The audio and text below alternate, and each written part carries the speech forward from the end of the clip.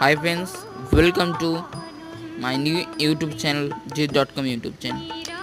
গতকাল আমি পার্ট 2 শিমলাগড় কালীবাড়ির ইতিহাস বলেছিলাম। আজ পার্ট 3 শিমলাগড় কালীবাড়ির ইতিহাস। চলুন তাহলে আপনারা জেনে নিন।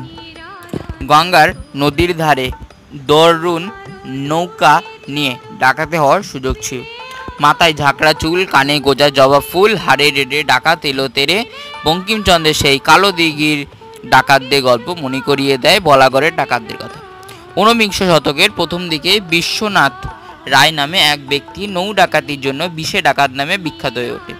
ডাকাত হলেও বিশ্বনাথ বাবু ছিলেন রীতিমতো সুপুরুষ। শোনা যায় সেই সময় নদীমাতৃক বঙ্গে তার গতিবিধি ছিল সর্বত্র। বিশে ডাকাত নাম শুনলে আবাল থেকে বৃদ্ধ থেকে বনিতা ভয়ে কাঁপতে থাকত। ডাকাতি করার আগেই এই শিমলাগড়ের মাকে পুজো দিয়ে ডাকাতি করতে যেতেন। পার্ট